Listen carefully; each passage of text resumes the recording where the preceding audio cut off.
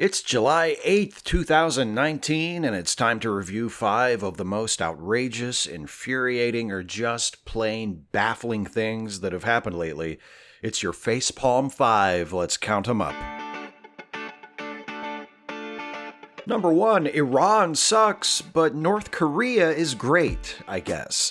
Hey, remember the Iran nuclear deal?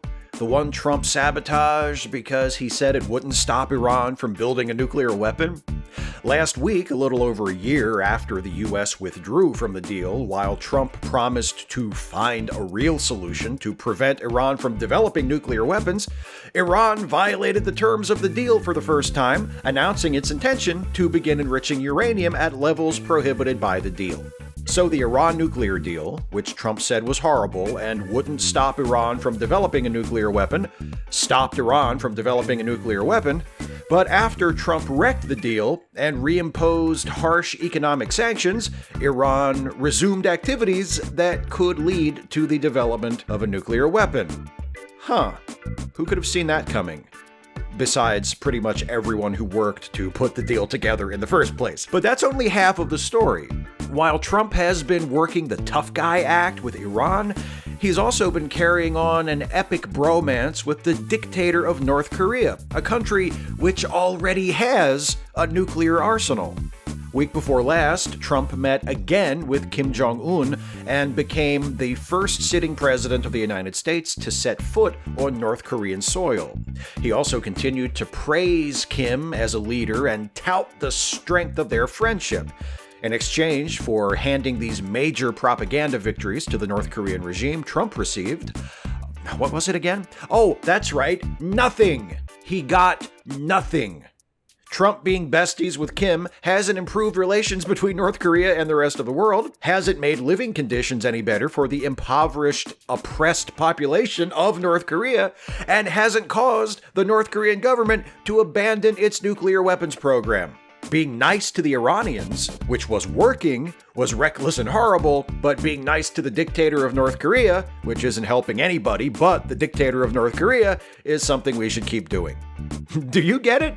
Because I get the feeling it's going to start making even less sense before too long. One of these days, Trump is going to propose easing sanctions on North Korea in exchange for them winding down their nuclear weapons program and moving toward denuclearization. And the Iranians are going to go, what the hell? And then Trump is going to bomb them. And nobody's going to have the slightest idea what's going on, least of all Trump, who never has the slightest idea what's going on. But more on that later. Number 2, centrists decry political violence after right-wing writer talks shit gets hit. A little over a week ago, a group of violent leftist thugs crashed a peaceful rally of conservatives and physically assaulted an innocent journalist, sending him to the hospital with a life-threatening brain hemorrhage. That's basically the story being told by people outraged on behalf of journalist Andy No, who got milkshaked and beat up by Antifa counter-protesters in Portland, Oregon on Saturday, June 29th. But that story isn't the whole story, and it's just a bit slanted in favor of Andy No and the conservatives holding that peaceful rally. So let's start there. Those conservatives peacefully rallying in Portland were members of the Proud Boys. Regular viewers of this series will remember the Proud Boys. They're the openly violent white supremacists whose whole deal is insisting, against all evidence to the contrary, that they aren't violent white supremacists. The Proud Boys have a history of gathering in public to provoke street fights with protesters. They've done it 3 times before in Portland and once in New York City just in the past year. The Proud Boys are a gang of fascist thugs, and Andy No is one of their most dependable and shameless apologists. No regularly uses his various platforms, including a Twitter account with 200,000 followers, a gig as an editor at the website Quillette, and his frequent appearances on Fox News Channel to argue that actually, it's those left-wing anti-fascist protesters who are causing the trouble, while the Proud Boys are the victims in all this. No has also helped to spread hysteria about Muslim immigrants and generally served as a press agent for any white supremacist or fascist individual or group that wants one. So while No was assaulted in Portland on June 29th, he was hardly an innocent bystander. And yes, he is technically a journalist, and violently attacking a journalist is never a good look, but I can't help but notice that the Antifa protesters who attacked Andy No don't seem to have attacked any other journalists who were there. It's almost as if they attacked Andy No not because they hate journalists, but because he's a fascist-enabling piece of garbage. A fascist-enabling piece of garbage who has chosen to align himself with people whose whole gimmick is taking to the streets looking for a fight and is now complaining that he found one. I feel compelled to remind you. It seems as though No has exaggerated the extent of his injuries. His lawyer claims the beating he took gave him a brain hemorrhage. As others have pointed out, if that is the case, No should probably be talking to that lawyer about suing that hospital for releasing him the next day. Look, brain hemorrhage or not, assaulting someone is a crime. And it ought to be. I'm not saying that people should beat up Andy No when they see him on the street or at a protest. I am saying that I don't give a shit that somebody did beat him up, because he's a shitty person who willingly carries water for even shittier people, and I don't have sympathy or compassion to waste on such people. And on that subject, I think anyone who is suddenly full of outrage and concern about political violence because someone dared to lay a finger on Andy No needs to back up a step or two and recognize how ridiculously late they are to the party. If you felt the need to condemn the people who assaulted Andy No, but you haven't felt moved to condemn groups like the Proud Boys that exist for the sole purpose of provoking political violence, or individuals that spread propaganda for such groups, individuals like Andy No himself, maybe you should, sit the hell down and shut the hell up. This isn't a both sides are equally bad situation. Antifa shows up when fascists show up to oppose them. Antifa doesn't commit hate crimes. Antifa doesn't murder people. If you think the bad guys in this scenario are the anti-fascists, or that the two sides are morally equivalent, take a minute and think about whether or not you want to be helping fascists and white supremacists continue to gain power and legitimacy, because right now, that's what you're doing. Number 3, woman who miscarried after being shot, indicted for manslaughter. Last December, Marche Jones, a 27-year-old woman from Birmingham, Alabama, who was 5 months pregnant at the time, got into an argument with another woman outside a Dollar General store. The argument escalated, and the other woman shot Jones in the stomach. Jones survived the shooting, but her fetus did not. She miscarried. Week before last, Marche Jones was indicted on a charge of manslaughter. The hell, you might ask? Presumably having forgotten that this story takes place in Alabama. In Alabama, the law allows for a charge of manslaughter when someone causes the death of another person through negligence after ignoring a known risk. And in Alabama, the law also says that a fetus counts as another person. Police Lieutenant Danny Reed, who commented on the case shortly after the shooting took place, explained, quote, "It was the mother of the child who initiated and continued the fight, which resulted in the death of her own unborn baby," unquote. So, because Marche Jones, the person who didn't shoot at anybody because she didn't have a gun, started the fight, in which she was shot by a person who did have a gun, she is potentially criminally responsible for the loss of life that occurred in her miscarriage. In case you're wondering, Ebony Jemison, the woman who, shot Marche Jones, was also charged with manslaughter, but a grand jury opted not to indict her, and the charge was dropped. Apparently, she was pointing the gun at the ground when she fired. She only meant it to be a warning shot, and the bullet ricocheted into Jones's stomach. Oopsie! In that case, it makes perfect sense that the person who had a gun and fired the gun, which resulted in someone getting shot and having a miscarriage, had the charges against her dropped, while the person who was shot is being charged in connection with her own miscarriage. Is this some Handmaid's Tale shit or what? I hate to make that comparison because everyone already has, and also because am I the only one who thinks the third season has been not great? Plus, it doesn't fit all that well in this case. Both people involved in this altercation were women, and I'm pretty sure women aren't allowed to have guns in Gilead. Regardless, the prospect of holding a woman criminally responsible for her own miscarriage is a frightening one, and exactly the sort of things opponents of Alabama's new anti-abortion law warned would happen as a result. Shortly after I recorded the portion of this story you just heard, I learned that the district attorney's office has decided not to prosecute Marsha Jones. The manslaughter charge against her has been dropped.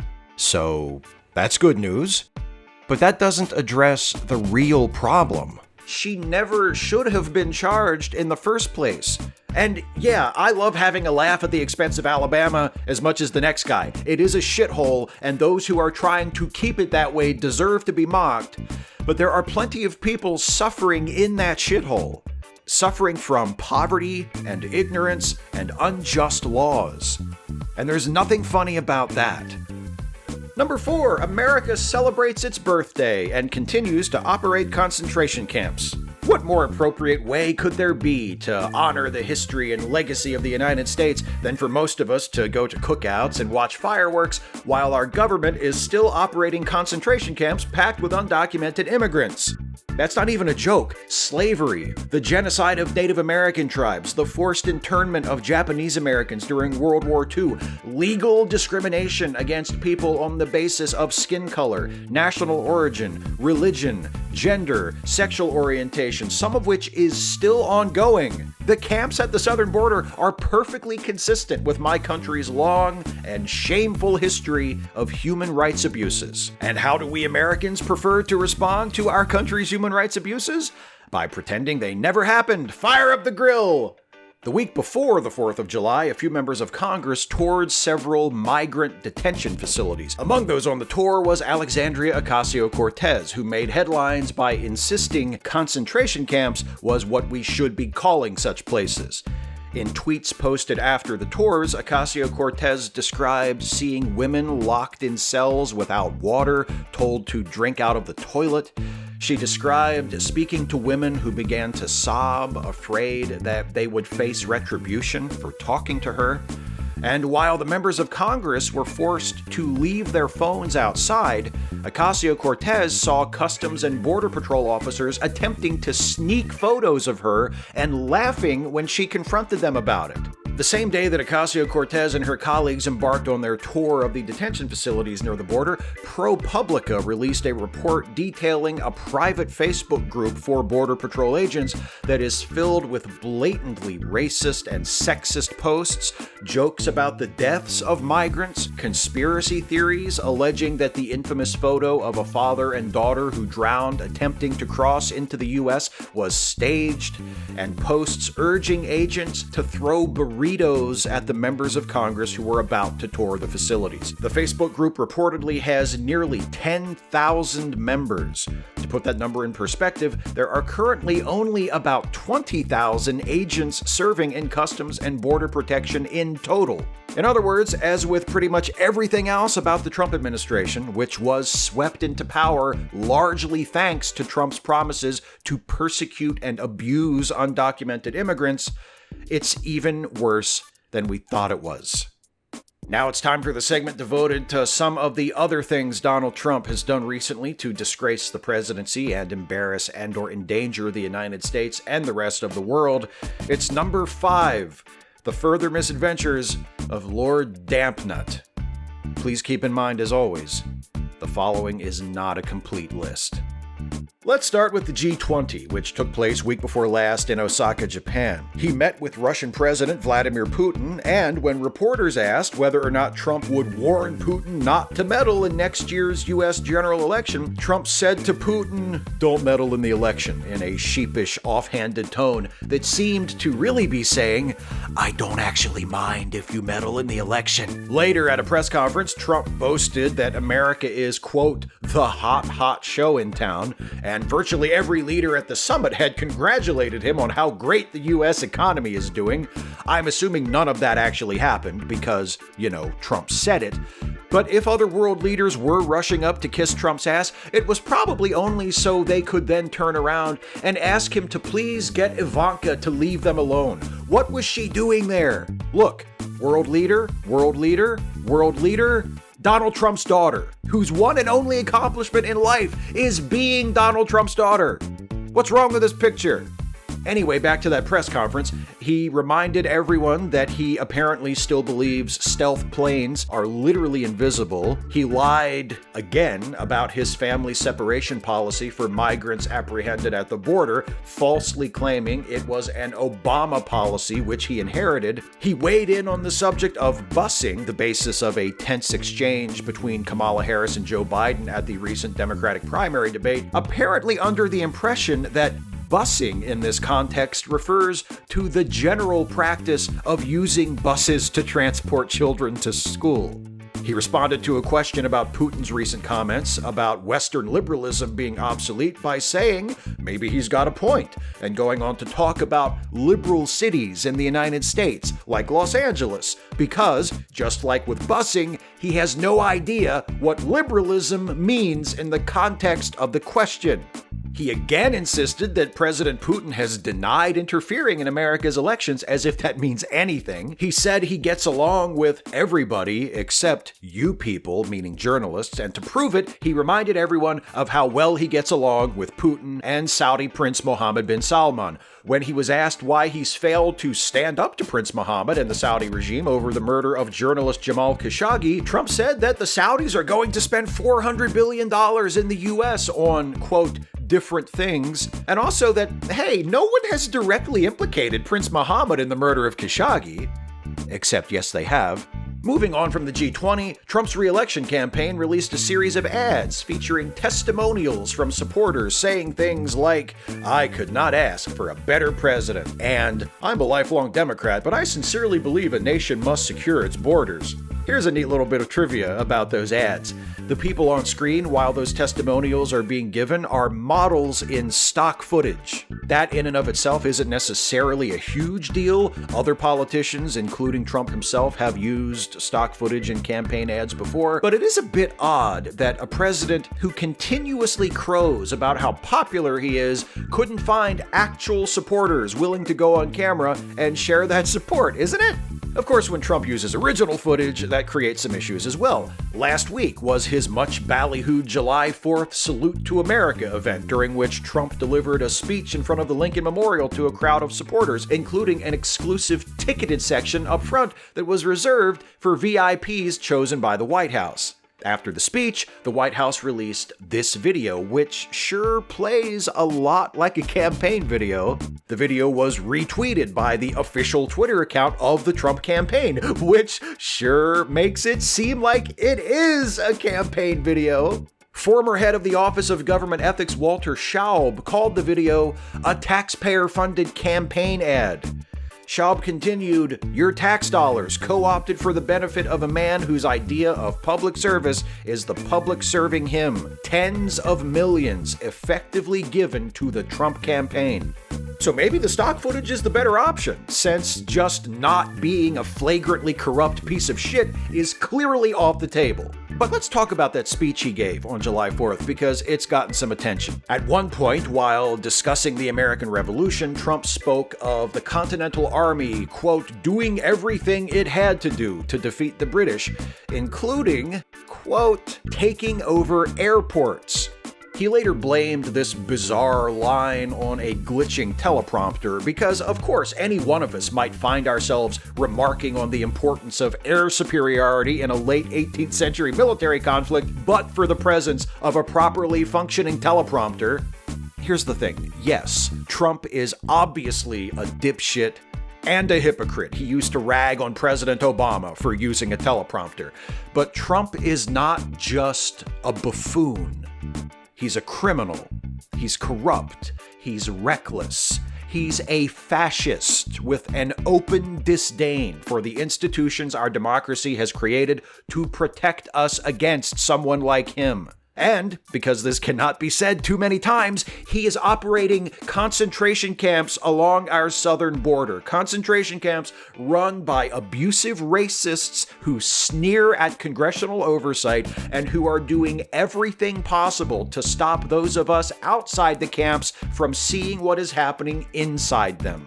So yeah, let's keep making fun of Trump. Let's point out what a fool he is. But for God's sake, to hell with that. For our own sakes, for the sake of our country and the world and the future, let's not ever forget that he's not a joke.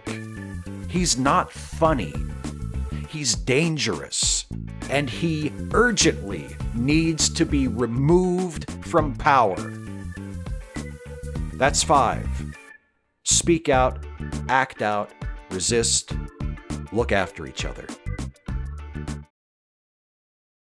Hey folks, hope you got something out of this one. If you did, please click like and share the video and subscribe to this channel if you're not subbed already. And also, please consider helping me to continue making videos like this one and like all the videos I make on this channel by becoming a supporter of this channel with a monthly donation through Patreon. You can go to patreon.com/Steve Shives to become a patron for as little as $1 a month. And believe me, those $1 a month pledges really add up and help me out like you would not believe. But if you can afford it and you think I'm worth it and you pledge $5 a month or more, you get yourself a shout out at the end of the Facepalm 5. Just like these folks, my newest $5 or more per month patrons.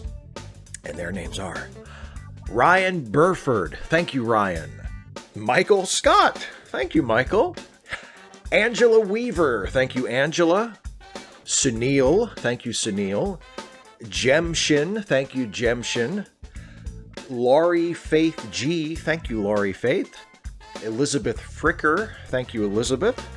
Julie Beth Whitebirch. Thank you, Julie Beth. Wayne Twitchell. Thank you, Wayne. Jesse S. Thank you, Jesse. Michael Hogan. Thank you, Michael. Eric Byer. Thank you, Eric. Zaphod 2073. Thank you, Zaphod 2073. Porter Bella. Thank you, Porter Bella. Tim. Thank you, Tim. Nick Pollard. Thank you, Nick. And Isaiah. Yeah, is that it? Isaiah? Isaiah or Isaiah Taylor. I apologize if I have ruined the pronunciation of your name one way or the other. Isaiah or Isaiah Taylor. Thank you very, very much for your support as well. Thanks to everybody for your support, whether you are a patron at whatever level or whether you are not a patron. You've just watched the video and clicked like and shared the videos around and subbed to the channel and done all of the free stuff that you can do to help me continue to do what I do on this channel. I appreciate all of the support no matter what form it takes. I thank you all so much for watching, and I'll see you next time.